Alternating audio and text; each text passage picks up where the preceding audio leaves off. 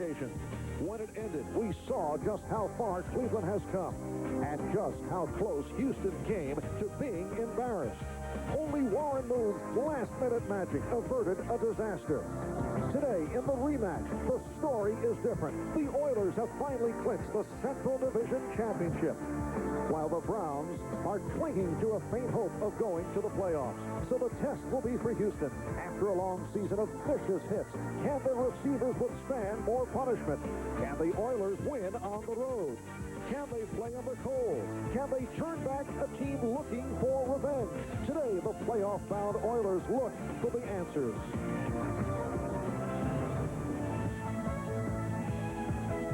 NBC Sports presents the National Football League. Today, it's the Houston Oilers versus the Cleveland Browns.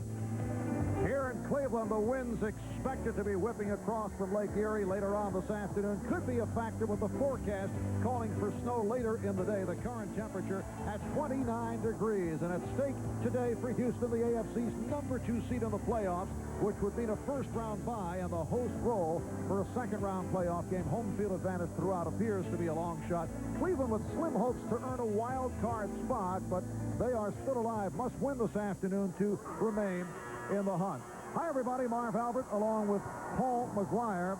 And for the Houston Oilers today, as good a test as they will face in that they feel they certainly have a terrific shot to make it to the Super Bowl. And if they do get that far, they probably would have to go through Buffalo under adverse weather conditions in Buffalo. Well, we were talking to Warren Moon yesterday, Marv, and he said the one thing about this weather is the team that practices in it has a distinct advantage. Now, I'm not saying that they're taking this game lightly or the game next week against the Giants lightly, but it'll enable them to go through bad weather and have a chance to look at Buffalo later on. If they want to advance to the playoffs, they're going to have to, as you said, go through Buffalo. And Bernie Kosar was telling us at practice yesterday he does not care about the temperature, the snow, or the rain. He said it's the wind off the lake that makes it so tough, but he feels it should be tougher for Moon and the run-and-shoot offense of the Houston Oilers. Cleveland has won the toss, and they will receive. Houston has won the last 3 against Cleveland, including the game on November 17th at the Astrodome, coming from behind to win it 28-24. Joe Morris and Lynn James are back as Al Del Greco gets set to kick it off. The Houston Oilers last week beat Pittsburgh 31-6 to clinch their first ever AFC Central Division title. Following the losses to Pittsburgh and Philadelphia, there was much concern in Houston. Cleveland Browns last Sunday lost to Denver.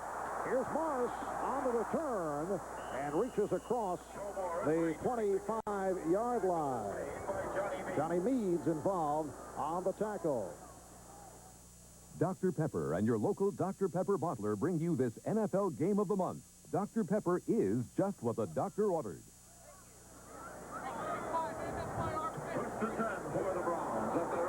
So the Browns start out from the 26-yard line. Bernie Kosar, who did not have a good one last week, did not have much help from the offensive line, had very little time to throw the ball. Here's Morris peeling off, and Kosar throws to Morris. And he's run out at the 36 by Johnny Meads. Now look at that Cleveland offensive line at the tackles. Tony Jones and Dan Fike at the guards. John Reenstra and the rookie Ed King, who had a rough one against Ray Childress in that mid-November meeting in Houston. Mike Mathers, the center. Kosar at quarterback. Horde and Mack are the running backs. And the Houston Oilers talking quite a bit about Leroy Horde, who in that last meeting had a career high of 10 receptions. It is a first down for the Browns. We're just underway in Cleveland, and it's Kevin Mack. Stopped by the left defensive end, William Fuller. A tremendous front seven for Houston. Fuller with 12 sacks among the leaders in that department. Al Smith having a Pro Bowl season. Latham and Meads have played exceptionally well. Dishman and Johnson at the corners. McDowell and Orlando are the safety net.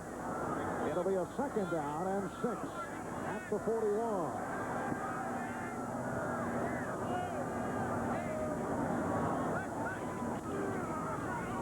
And this is Ford on the slant. Al Smith, who had 12 tackles against Cleveland last month, made the stop. Now, you mentioned Leroy Horde, and the one thing that the Cleveland Browns want to do is get that man right there one-on-one on a linebacker or a defensive back, because they like to get him the ball downfield, not necessarily deep, but somewhere in a gray area, an open area, hit him with the ball, and then let him run, because the defensive secondary of the Houston Oilers is suspect as far as tackling is concerned. He is so difficult to bring down. Told us yesterday at Michigan he was strictly a blocking stock, and when he blasts through the middle, that is dropped by Langhorne. He was wide open. Reggie Langhorne, very much in the doghouse earlier this season. Not happy with his role. In fact, he was even inactive for one game. Well, this is an example of when you take a look. Now, that's Smith there, the linebacker. He's not covering Langhorne. Believe me, he's not. But they were so aware of Horde coming out of the backfield that the safety went towards him and forgot about Langhorne coming down the middle. Pat Coleman is back, awaiting the punt from Brian Hansen, who had an excellent game last week. That was almost blocked. Coleman let it go. Looked at first as if he called for the fair catch and let it bounce. It is a 49-yard punt. The Oilers have had difficulty in the punt return game. Ernest Givens not back because he's been playing with the protective device after he had his nose broken by Wes Hopkins, and Coleman had difficulties earlier in the season. Boy, you talk about why they didn't catch the ball. Cleveland had good coverage, and there's no sense in taking a chance. Let the ball drop. They have the ball, about the 8-yard line. That's not too bad. And Houston will start right there. Warren Moon at quarterback. This is offensive line. Maggs, Munchak, Matthews, Dawson, and Williams. Alan Pinkett, who has been running well in recent weeks, along with the 5-4. And it's a first down from the 9. Here's Pinkett. He just did get back to the line of scrimmage. The Cleveland defensive unit sparked up on that first play. Eric Turner, the strong safety, made the stop. Jack Pardee telling us last night he feels that Turner eventually will be a Ronnie Lott type player. Well, that says a lot this early in his career, but he is an intimidating tackler. Eric Turner, Cleveland's #1 draft pick out of UCLA. The Oilers starting out at the noisy end of the stadium, right in front of the Dawg Pound. Yeah, well, it's kind of empty. Some of those puppies stayed home today. And Oilers roll it down. The ball is coughed up. The Oilers able to recover. Bruce Matthews able to get to it.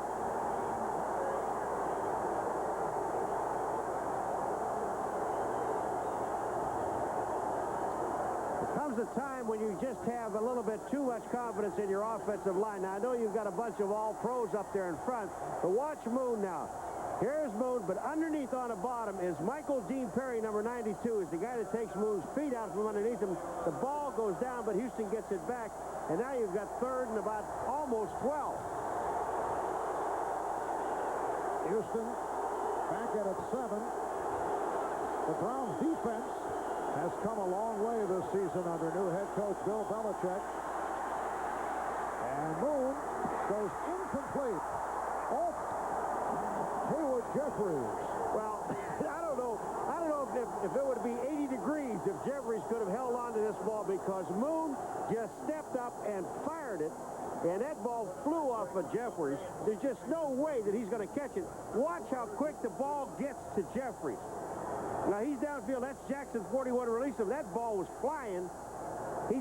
That's a little frustration on Moon's part.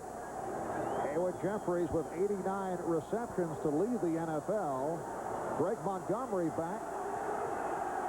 And getting set to punt to Webster Slaughter.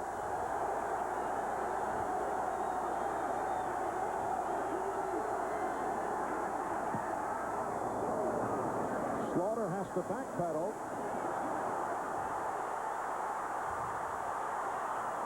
And he's hit out at the 47-yard punt and a 10-yard return. Scott Kozak with the hit on Slaughter.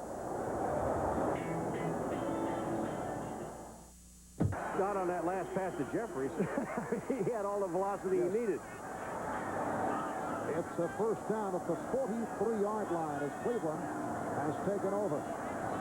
No score. We're early in the first. He's dropped by Kozar, and it's deflected back to him, and Kozar runs a couple. Doug Smith got a piece of it. You know, there's a situation there. Bernie is smiling, and when they look at it, they're going to say, knock the ball down. Doug Smith gets his big old arm up in there and knocks his ball down. And it comes right back to Kozar. But here's the situation. Just knock the ball down. It's an incompleted pass. There's no sense in taking a beating. Fuller comes in, number 95, and makes the tackle. But Bernie picked up a yard. I don't think it's worth it. Second down and 9 at the 42. Michael the Thriller Jackson now lined up in the slot to the left. The lone D-back is Leroy Hoare.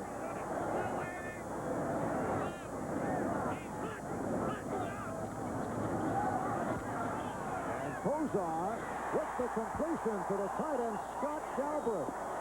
Hit by Marcus Robertson, the rookie from Iowa State. And the Browns pick up a first down. This is just a super pass by Bernie Kozar. Now watch Scott Galbraith. When he gets out, he moves to the outside. They're playing man-to-man on him. Robertson is trying to play man-to-man, number 31. But the play is good. And they're going to measure it. But I got to believe you said that it is a first down because he was far enough downfield for it. All right, here come the yardsticks.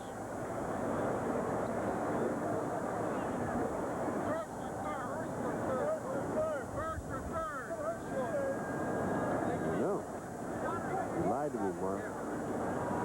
Sorry, my naked eye has betrayed me here. It'll be a second and inches. Check that, a third down, third and inches. And there's Jim Eddy, the very active defensive coordinator for the Houston Oilers. You know, this is a situation, too, where the Browns, and they know that, you know, they're in field goal range, or close to field goal range. But it's a situation where even you could run play action here because if you have to go on fourth down, you only have, what, about 6 inches to make it. And the lone setback is Kevin Mack. Webster Slaughter is to the left.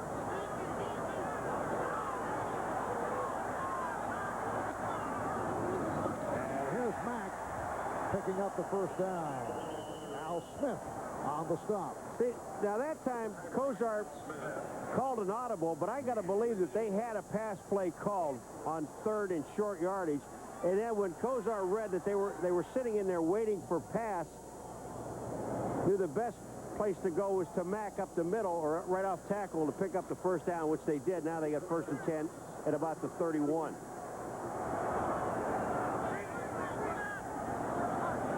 Back to the two running backs, Mack and Horde. 88 Langhorne in motion. And Kozar again to the tight end, Galbraith. He is short of the first down. Al Smith made the stop. Al Smith in his 5th year out of Utah State leads Houston in tackles.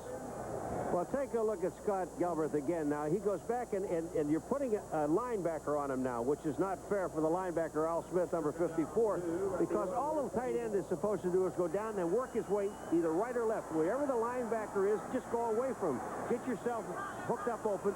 He is not the primary target. He's the outlet man. And Kozar looking at a second down and 2 at the Houston 24. Penalty marker down as Mack is able to unleash down to the 15 and has a first down. The strong safety, Bubba McDowell, made the stop. The referee is Jerry Markbright, and that's the first flag of the day. Offside, number 95, defense, lined up at the neutral zone. Penalty is declined. First down. So that is William Fuller called for the offside. And the Browns with a first down at the 15-yard line. Let's check out the Dr. Pepper 10-minute ticker. Dallas with a 3-0 lead on Philadelphia. Atlanta 2-0. New England with a 3-0 lead over the Jets. If the Jets win, Cleveland and Seattle would be eliminated. If the Jets lose, they can be eliminated with a Miami victory later today. As Kevin Mack hears it from the crowd, again stopped by Al Smith. Mike Babb gets an excellent block on Childress. Look at the center, 61. He just takes Childress and throws him out of the hole.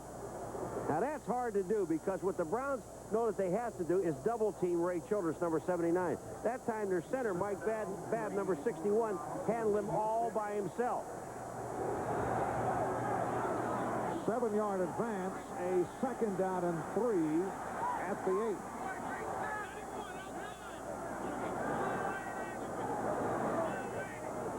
.650 to go in this first quarter with no score. Kozar completes the Horde for the touchdown.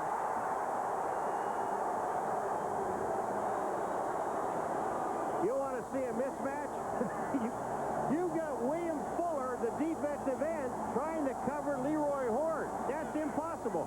The blitz was on up the middle. Bernie Kosar read it, got the ball out to Horde, the man they were worried about. When we talked to the Houston Oilers yesterday, that man, 33. And then covering him with a defensive end, that's impossible.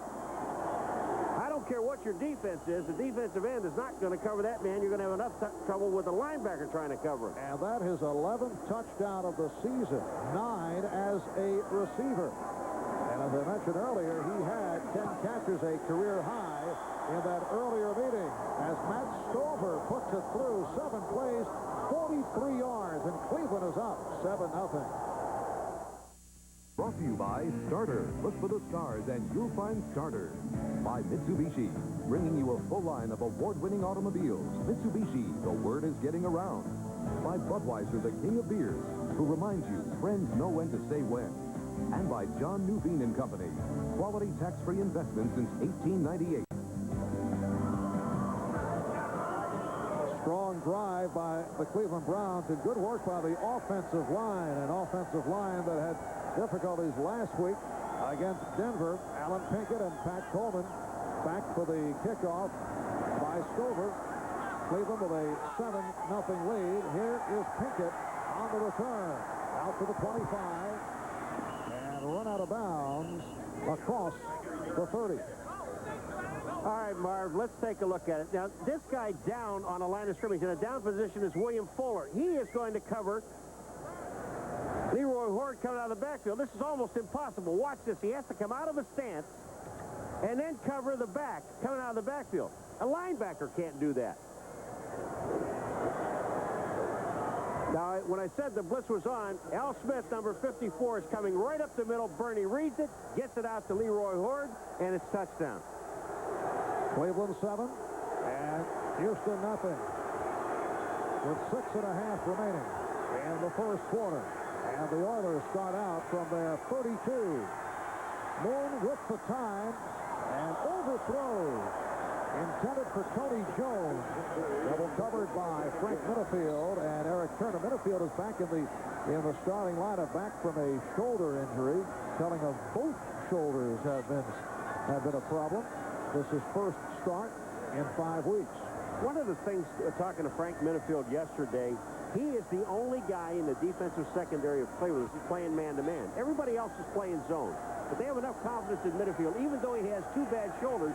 Now he's on the outside one-on-one on Tony Jones. And Cleveland's secondary has been ripped up by injury right from the start of the season. It's a 2nd and 10 off the draw. Pinkett is stopped at the line. Alan Pinkett hit down by Michael Dean Perry. There he is, number 92, a man with exceptional quickness and a man who's also bothered by an injured shoulder. Yeah, but he said that's just part of the game.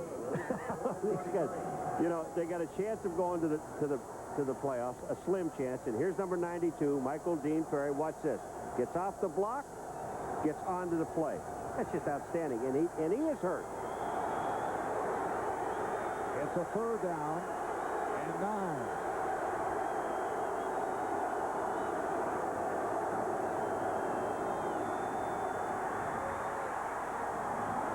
And it could not be handled. Ernest Gibbons was wide open. So Moon is 0 for 3, and he has been sacked once as their second series comes to a close. Well, when I'm looking at this play here, and I'm telling you now, when you see Gibbons come in, watch this. He's looking all over the place. He's looking for the guy to hit him. Remember, he got drilled in that Philadelphia game. Broke his nose. You can see the bandage on his nose there. But he's looking around, and you can't play this game looking around. You got to look at the ball. And Montgomery with the line drive punt. Here comes Webster Slaughter. And he was turned around as he reached out to the 35, a 47-yard punt, and a 15-yard return again. It's Kozak on the stop. We'll be back in Cleveland in a moment. Well, here comes the snow. Hey, this is Cleveland. And a first down at the 36-yard line. The Browns with a 7-0 lead on the Oilers as they take over. Kevin Mack trying to go to the outside, could not make the turn. Al Smith and Johnny Meads able to cut him off.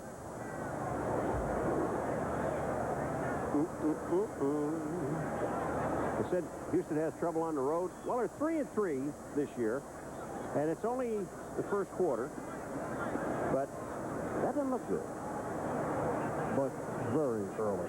Very early. And the Houston Oilers have had their difficulties out of the run and shoot, playing in bad weather conditions. And as you mentioned earlier, a good test with the game here today, and then they face the Giants at Giant Stadium next week. Kozar again taking that deep drop and completes, but it's a short pickup. Leroy Ford was met immediately by the middle linebacker, Al Smith. Let's check the 10-minute ticker.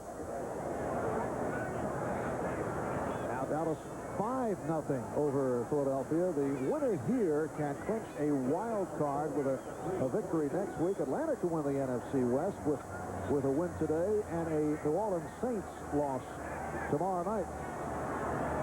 New England still 3-0 over the Jets. A game that the Browns are interested in. Pittsburgh 7-0 over Cincinnati, and that a game with no playoff ramifications. Third down and 4. And Kozar throwing the long ball. Incomplete off the hand of Reggie Langhorne. It was covered by Bubba McDowell. Well, Bubba McDowell just nailed Reggie Langhorne.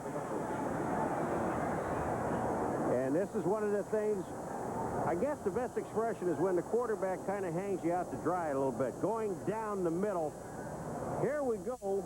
Reggie Langhorne up in the air, and then bam, right in the ribs. I mean, that smarts, and that is a clean, legal hit.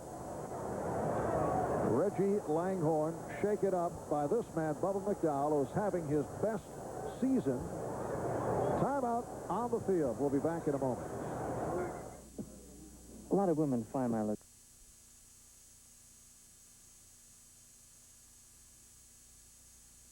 This first quarter, Brian Hansen back in punt formation from his 26. Pat Coleman is the deep man. Browns with a 7-0 lead on the Oilers. And now Coleman with the fair catch back at the 20-yard line. It's a 38-yard punt by Hansen. I said it was a legal hit, and it really was. Watch Langhorne 88 on the right of your screen coming in, and Bubba McDowell on the left of your screen. Now watch what happened. You want to see his head snap? Look at this. Here's the hit in the rib cage. Langhorne did walk off the field. That is a super hit. And it was Bubba McDowell who made the hit, also a clean one on Danny Peoples of the Cleveland Browns in the earlier meeting last month. Peoples, the wide receiver return man, suffered a spinal injury, recommended by doctors that he retire because he has a narrow spinal cord. And Danny has retired. Will be joining an accounting firm in Raleigh, North Carolina. He was honored prior to the start of today's game. Here's Moon throwing one out. Beautifully done. Hayward Jeffries on the reception, his first of the day, as he is hit down by Randy Hilliard, and it's a 43-yard pass play for Moon, his first completion of the day. Randy Hilliard is there, but watch what Jeffries does. Now he goes down, he knows he's not hit, he hits back up. Newsom comes in and makes the play. He heads up play by the safety because he might have had a touchdown. Hayward Jeffries with his 90th catch of the season. He leads the NFL. A first down at the Cleveland 35. Now Moon to the sideline and able to complete to Curtis Duncan. We're set for an update. Let's go to our New York studios. Here's Bob. All right, Marv, Bubby Brister is back as the starting quarterback in place of Neil O'Donnell for the Steelers. Here he rolls right. He hits Adrian Cooper. Bad tackling by the Bengals, and Cooper's going to go 47 yards for the touchdown. Moments later, a 47-yard field goal by Gary Anderson. Steelers 10, Bengals zip. All right, Bob, and back in Cleveland, a second down and 4 for the Oilers at the 29. The snow is falling. It was supposed to snow, but later on in the day, here's Pinkett, and he's short of the first down. We just saw the play before this. They threw the ball on the outside to Curtis Duncan. Reason for it, we talked about it.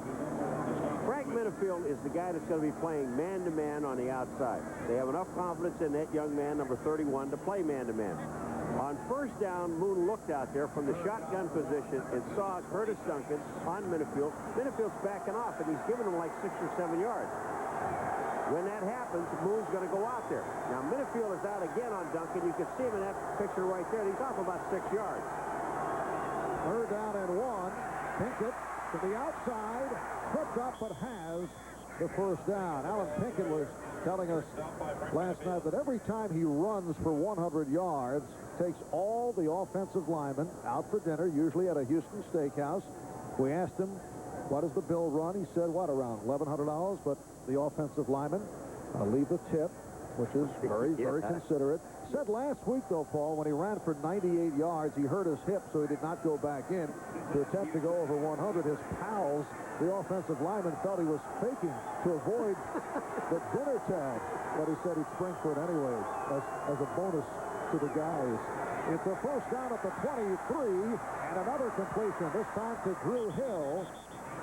So Warren Moon distributing the ball. Eric Turner, the strong safety, made the stop. And the one thing Cleveland knows about Moon, all right, the first two series, remember we looked at it was a -1 yardage, 62 to a -1. Once Moon gets his confidence and he gets hot and he starts finding people open and he has time to throw the ball, look out, because he can burn you. He'll burn you short. We saw the long pass to Jeffries. That was a 43-yard play. Now he's taking 2-yard, 6-yard plays, and he'll have to go back out to Duncan again because, again, that's the only man who's played man-to-man by Minifield. And Moon came back strong last week after the 2 poor games, losses by the Oilers. Penalty markers down. Jeffries was down and was able to make the catch. Randy Hilliard on the coverage. Won't count. The illegal motion by the Oilers. And I think it was on Ernest Givens, but somebody moved in there. But, you know, what a great catch by Jeffries. He's on the ground, he makes the catch. He's trying to get to that 100 in a hurry. This guy, I see him in the lobby or something last night. Illegal motion foul. Offense. 2 men moving at the same time. 5-yard penalty. Second down. Well, let's not have 2 men moving at the same time. But Jeffries, you know, always has a smile on his face. He's having a great time. Now we see 2 men moving. Right at the line of scrimmage, there's a whole bunch of people moving, including the offensive line. Now, you saw Hayward Jeffries in the lobby. Were you leading to a no, he just smiles. He just smiles all the time. Every time you see the guy, he's got a smile on his face, and he knows the kind of elite company he's going to be in if he gets to 100 catches. Final seconds of the first quarter, and time has run out. Well, you're not allowed in the lobby. That's why I have to go down to the lobby. After 1, it's the Browns 7, and the Oilers nothing. McDowell, and the word is he got the wind knocked out of him, which we would suspect, but sore ribs, and he hopes to be able to return. Well, the way he's walking and standing down there and the doctor's looking at him, I don't think we're going to see him back in this ball game too soon.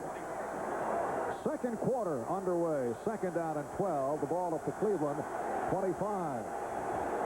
The Browns with a 7-0 lead. Houston putting a move on in terms of total yards. Cleveland dominated most of the first quarter. Pinkett off the draw with nowhere to go, and he's hit for a loss. Well, one of the reasons this play doesn't work is because they had a blitz on with Stephen Braggs, number 36, who is the nickel back, and he happened to be at the line of scrimmage making the tackle. So when you read a blitz, it's nice if you run a draw, you get to the hole in a hurry, but you can't be dancing around. Once you do that, there's too many people. Here it comes. Now watch. Once Pinkett starts dancing, here comes Bragg, 36. He makes the tackle.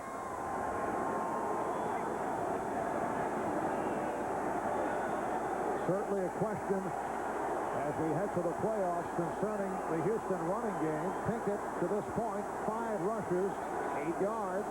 It's a third and about 12. Moon in trouble. Moon on the run.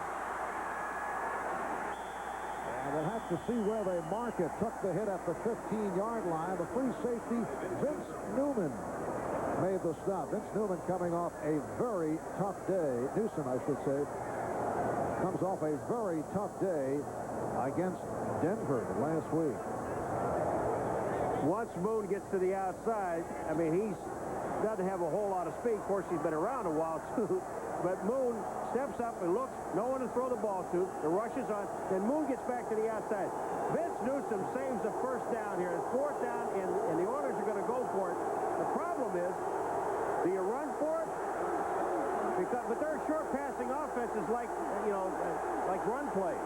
They pass up a 31-yard field goal. They go to Pinkett, and he picks up the first down. He's inside the 10. Newsom on the tackle. Now, see the difference in that running play. The other one was a draw when Pinkett started dancing. This play here is right off left tackle. And what happens is Pinkett, he goes right to the hole, right now. He is there making the play. Munchak and Maggs are over there on that side. He makes the move to the hole immediately instead of dancing around in the backfield, giving the defense time to get there. The Oilers first and goal at the 7. This is the 9th play of the drive. Jeffries now splits wide to the left. And Duncan is to the right. Hill to the slot left. Moon looking end zone, and it's a touchdown.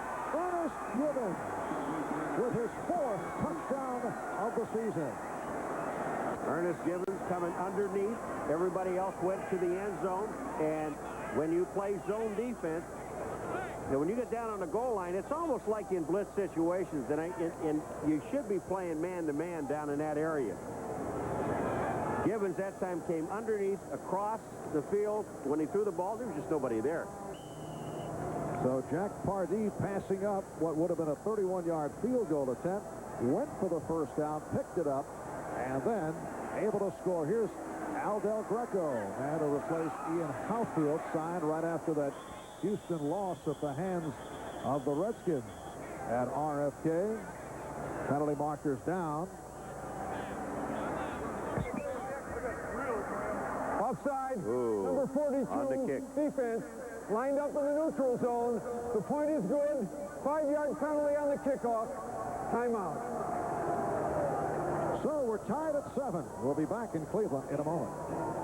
So Warren Moon threw his 21st touchdown of the season. And the Browns and the Oilers now tied at 7. 9 plays, 79 yards over 6 minutes and 23 seconds. Here's the return by Joe Morris. Oh, excellent coverage by Houston. All right, Marv, now we're going to see Ernest Gibbons and what happens. So here he is here. Watch this linebacker here has a shot. This man, this man, this man, and this man are all back into the end zone area here. Gibbons just comes across, and he's wide open. Here we go. Everybody retreats to the end zone. Gibbons is there, and there's just nobody to make the play on him. Browns now start out from the 20-yard line. Bernie Kosar has opened up 6 for 8, 41 yards. and a touchdown, completing to Leroy Hoare. 2.5 gone by in the second. And it's Kevin Mack, stopped by the right defensive end. Sean Jones, a short pickup for Mack. And we are set for an update. Let's go to Bob Costas. Marv, a tough stint as the starting quarterback for the Seahawks for Kelly Stoffer. First, he was intercepted by Deion Sanders. Then he sacked in the end zone. Brian Jordan gets credit for it. He was really whacked. He sprains his knee on the play. The safety gives Atlanta a 2-0 lead, and Norm Johnson just kicked a field goal, so make it 5-zip Falcons. All right, Bob, and Atlanta can win the NFC West with a victory. Penalty marker is down. Kevin Mack on the completion, run down by Lamar. Lathan getting back to that Atlanta-Seattle situation. Atlanta with a win can take the NFC West with a victory plus a New Orleans Saints loss tomorrow night. Well, they're going to get Tony Jones, number 66, for holding. I mean, you talk about a takedown. It was beautiful if they happen to be in a ring. To the right of the screen is 66. Now, he's on Sean Jones. See the takedown? Look at this. Bada boom. I mean, there were not only one but two flags. Great catch by Mack, but for naught. Here it is. Here comes it. There's a shot there. And well, you see the flags are flying, and Bernie's saying, "What's going on?" Boing. Bernie standing in the pocket. Give him a lot of credit. Bernie Kosar taking a pretty good shot and also lost a 21-yard gain on the penalty. Instead, a 2nd and 17 back at the 13.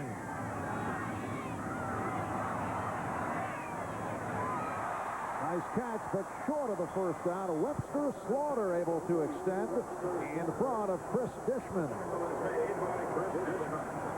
Webster Slaughter, one of the most exciting and toughest receivers in the game, has what is labeled deceptive speed in his 6th year out of San Diego State. Well, that is getting open, too. Webster Slaughter reading the defense, looking at the zone, and just getting open, and Bernie getting the ball to him. 3rd down and 4 from the 26. And Kosar running out of the pocket and completing for the first down to Brian Brennan. 25-yard advance. We are seeing the mobile Bernie Kosar. I mean, he is all over the place. Watch Brian Brennan. Now, he sees Kosar in trouble, slides to the outside, gets by the defensive back, and moves the outside. That's Darrell Lewis, number 29, and they pick up the first down. And the Browns in the no huddle, which Bill Belichick has implemented this season. They'll do it from time to time, and they've done well with it. It's a first down at midfield. Game is tied at 7. And Kosar able to complete to the tight end, Scott Galbraith, his 3rd catch of the day. Marcus Robertson made the stop. One of the reasons that Bernie Kosar is having so much success is the offensive line are doing a great job. First of all, they are double-teaming Childress, number 79. And then the rest of the offensive line are playing one-on-one, and they're blocking very well one-on-one. 2nd down and 5. Kosar, 9 for 11. Back to the ground. Hold. Running well. And has the first down. Sean Jones with the reps on Leroy Hoare. Bernie Kosar was telling us yesterday when these two clubs met last month, you mentioned the double team of Childress. Ray Childress, he said, completely controlled the line of scrimmage. He said, we're so aware of where he is. The thing about it is, when you have two guys blocking him all the time, Marv, somebody else has to be open. Ray Childress, the AFC Defensive Player of the Week off his exploits last Sunday. And it's Mack. Another Cleveland. First down, Al Smith made the stop. Well, Mr. Childress was in an awful lot of trouble. 79, watch this. He's over on the left-hand side, and he's being blocked one-on-one. Kevin Mack catches the ball and picks up the first down. But now let's just take a look at it. Here's King out there on Childress. He's blocking him one-on-one. Childress gets through. Then watch Babb come in. He comes in, and then Childress goes back at Babb. It's a tough day out there. Brown's first down at the Houston 24. And Kozar laying it in perfectly to Galbraith. He's been the primary receiver here in the first half. Lathan made the stop. Bernie Kozar just puts this ball right where it has to be caught. The double team again on Childress. But look at where this pass is. It is absolutely perfect. We got a defensive player hurt, sitting down about the 30-yard line. And that's Smith, Doug Smith, number 99, of the Houston Oilers. Doug Smith, the man has been bothered by nagging injuries right throughout the season. National Football League is brought to you by Chevrolet, the heartbeat of America, the cars more people depend on. By cold-filtered Keystone and Keystone Light, bottled beer taste in a can. Wouldn't that be great? By Bugle Boy Company, because any closet without Bugle Boy is an empty closet. And by the card, the American Express card. Don't leave home without it. Cleveland with a second down and 1 inside the 15. Flag is down. Incomplete pass on the 8th play of the drive. Bubba McDowell covering. The tight end Scott Galbraith. Offside Houston.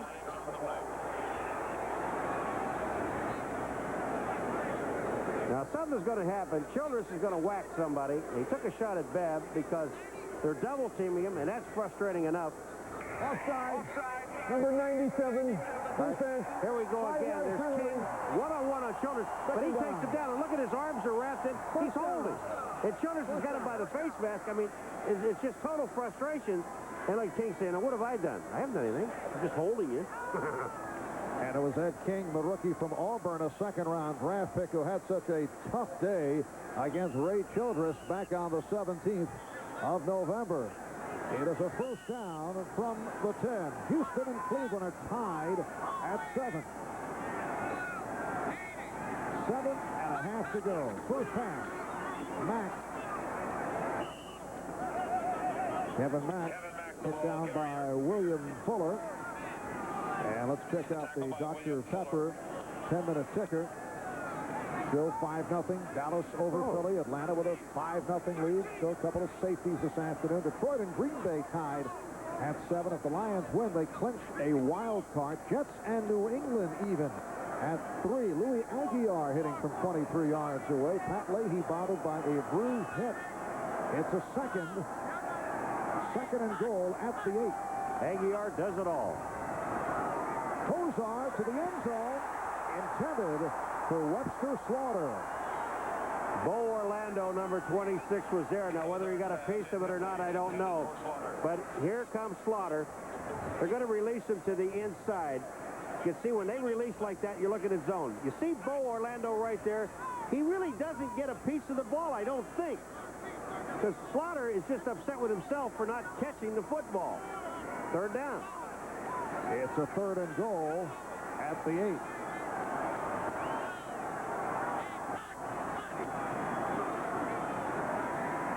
Again, Kozar with the time. Touchdown. Brian Brennan with his first touchdown of the season. Chris Dishman complaining to the official. Got a flag for it. I think he said something that's going to cost him, and that'll be on the kickoff because it's after the touchdown. But there is a flag on the field. Dishman said something to the official on sportsmanlike conduct. There it is. An unsportsmanlike conduct call for taunting, throwing the ball at an opponent 15 yards will be assessed on the kickoff. Now, wait a minute. Yeah, but who? Is it on Brennan? He threw the ball in his face, but he didn't throw it at the opponent. Chris Dishman was complaining.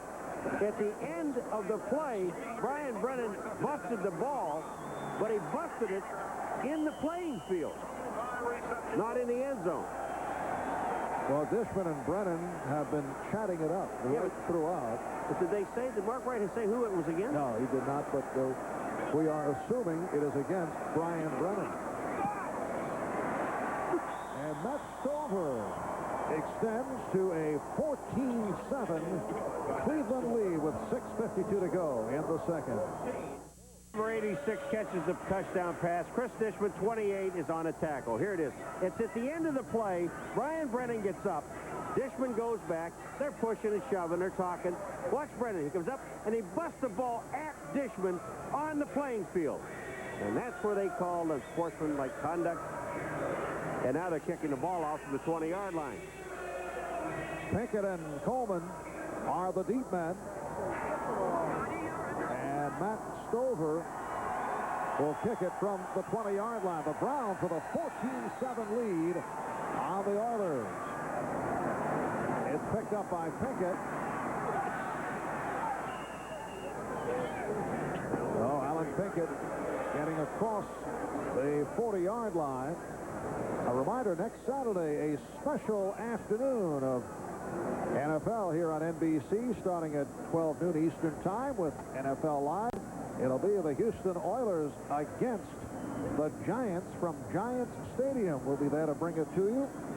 And for the Oilers, depending on what happens here today and depending on how Buffalo makes out this evening, they may still be vying for home field advantage throughout the playoffs and still gunning for second seed.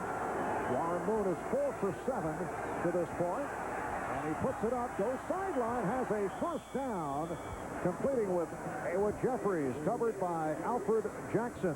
Now, the Cleveland Browns on defense are going with 6 defensive backs. When you said Alfred Jackson, he's the 6th. 5th is Stephen Bragg's 36th. And they're faking blitzes with Eric Turner, and don't be surprised to see him go. And as much respect on the other side of the ball for Eric Turner. Bill Belichick in just a sweater. Tough. He's tough. It is a first down at the 45. Marv Albert, Paul McGuire from Cleveland.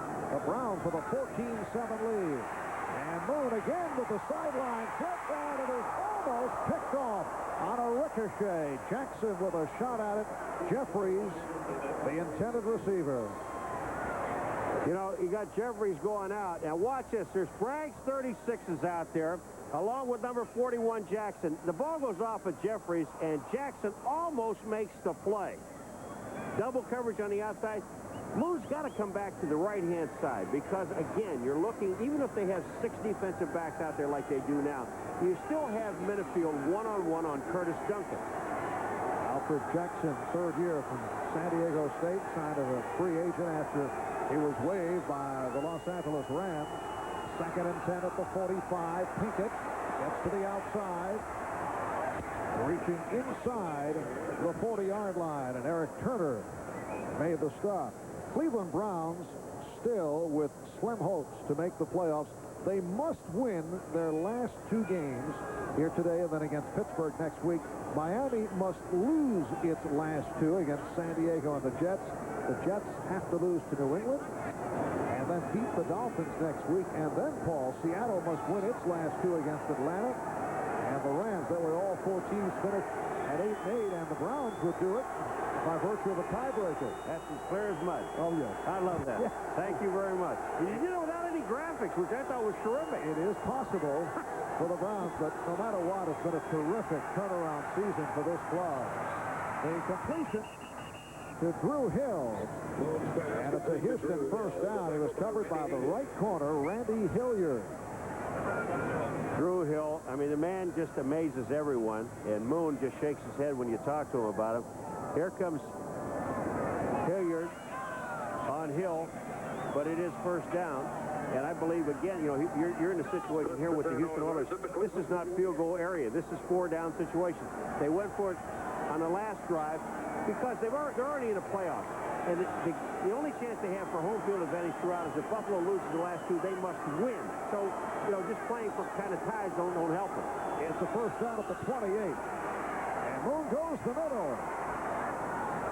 Alan Pinkett out of the backfield, and he has a first down. The middle linebacker, Richard Brown, and Clay Matthews combining to make the stop. A swing around the Dr. Pepper 10-minute ticker. The Eagles now with a 7-5 lead. Philadelphia trying to make it 7 straight wins. Jeff Kemp throwing a 31-yard touchdown pass. Atlanta 5-zip.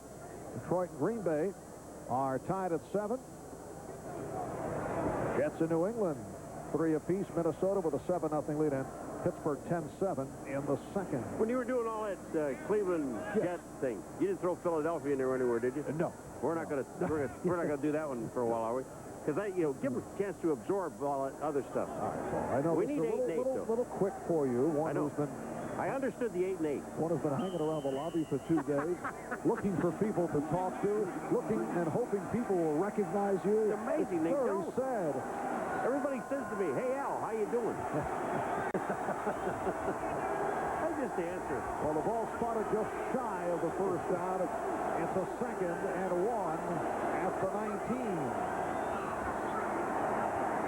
And Moon has a first down combining with Drew Hill, and that is his 3rd catch of the day. Had 8 last week, caught 8 balls in the victory over Pittsburgh. Hill run out by Matthews, and a first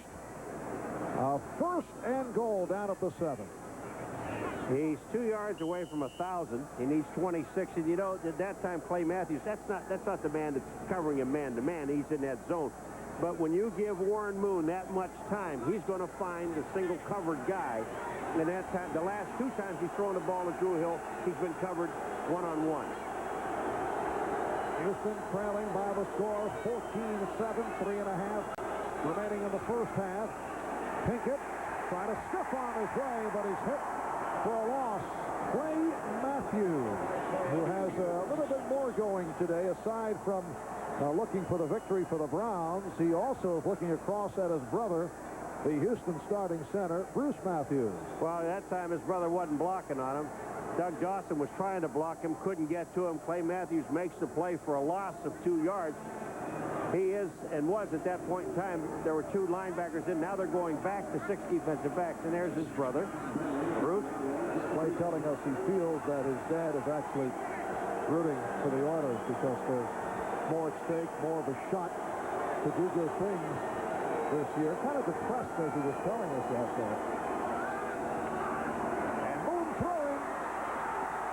Good effort, but Duncan could not hang on in a race with Minifield. I saw this touchdown pass thrown on Monday night with Marino to Clayton. Watch this one. He doesn't catch it, Duncan.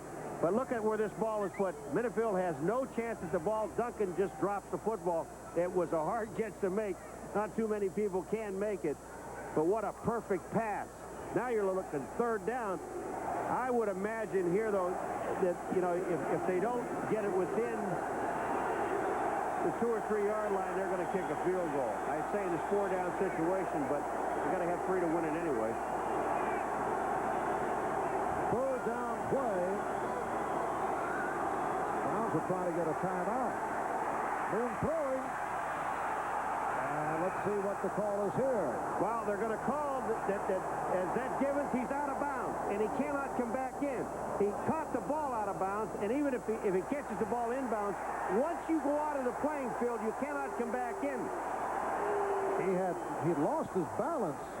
That along the lines of Haywood Jeffries earlier in the game. He was down when he caught the ball, but he was out of bounds, and then, as you say, he came back. If that's the case. An eligible receiver go out of bounds and come in to touch the pass before anyone else had touched the ball. It's a foul for illegal touching. The penalty is loss of down. On the outside, take a look at here. Here's Givens, and you're right. He slips and he goes out of bounds. He is in perfect position for the touchdown, but he just slips. His legs go out. Here it is, right here. His leg is out of bounds. Well, this is afterwards. He had already been out of bounds, and then he came back in. And once you do that, now if the ball was tipped, he can come back in and catch it. But it wasn't. So a 27-yard field goal attempt for Al Del Greco. 7 for 10 on the season after taking over for Ian Houtfield. Last week hit 1 of 2, missed from 35, and hit from 24. Al Del Greco, one-time Packer, one-time Cardinal in his 8th season out of Auburn. The completed pass was nullified by the penalty. On the field, it is being reviewed by instant replay. Well, take a look at it, and when you see on the left of your screen, now watch his right foot. You see his right foot is out of bounds. Here comes the ball. He's out of bounds. He comes back in. He is inbound when he catches The play stands. That's right. It's fourth down. Good call. The replay official, Dave Kamansky. So with a 4th and goal at the 10-yard line, it's a 27-yard attempt by Del Greco. The punter, Greg Montgomery, put it down, and Del Greco's kick is right through. 2:26 remaining in the second. Cleveland leads by 4.